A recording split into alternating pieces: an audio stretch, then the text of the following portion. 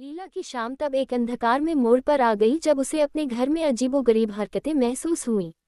जैसे ही घड़ी ने 7 बजाए, हवा में धातु की बदबू फैली और उसका दरवाजा अपने आप खुल गया।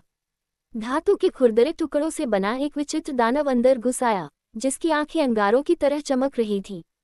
लीला की सहज प्रवृत्ति ने काम किया और उसने अपनी मशीन गन पकड़ ली।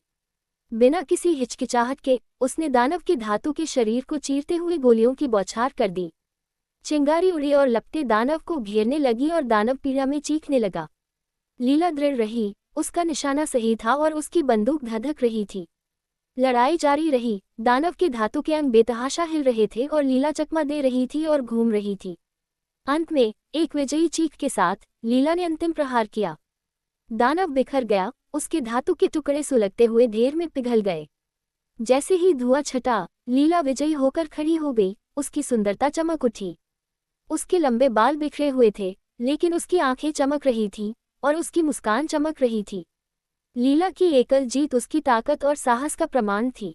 वह खिड़की के पास चली गई, रात के आसमान को निहारने लगी। वह एक योद्धा थी, जो युद्ध की आग में तप चुकी थी, और वह जानती थी कि वह आगे जो भी आएगा उसका सामना साहस और दृढ़ संकल्प के साथ करेगी।